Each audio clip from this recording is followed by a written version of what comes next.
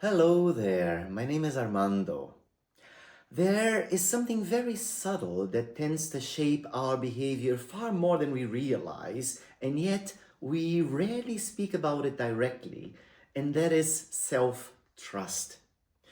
In my experience, when people think about consistency, we tend to focus on things like motivation, discipline, even willpower, but underneath all of those lies something quieter and in many ways far more decisive: whether we trust ourselves.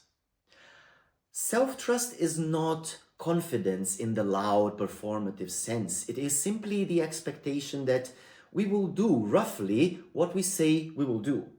Not perfectly, not rigidly, but reliably enough that our own intentions carry weight.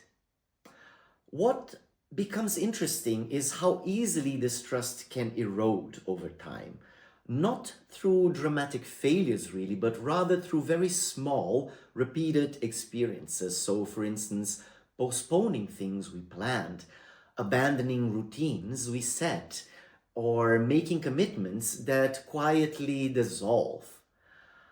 Each instance seems trivial in itself, but over time a pattern forms and the mind begins to internalize a subtle conclusion.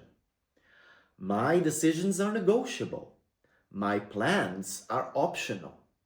My future intentions are uncertain.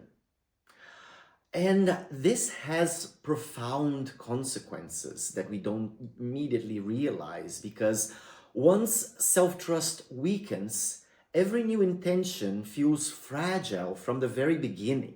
Every plan feels slightly fictional. Every behavioral change feels less believable. And not because we lack ability, but rather because we lack credibility with ourselves. What I gradually found fascinating in my life is that rebuilding self-trust rarely requires dramatic transformation. It often begins with something far smaller, like making commitments that are almost impossibly easy to honor. Not ambitious declarations, but really modest agreements. So, in other words, behaviors that are so manageable that completion becomes almost guaranteed. Actions so realistic that consistency becomes unsurprising rather than heroic somehow. Because in my experience, self-trust tends to grow from evidence, not from intention. It is built the same way interpersonal trust is built, through repeated confirmation. So I said I would, I did. And over time, this tends to produce a quiet but very powerful psychological shift. Decisions feel more solid, plans feel more believable, and action requires less internal negotiation. And not because resistance disappears somehow, but because the system stabilizes. Consistency becomes less about force and more about identity coherence.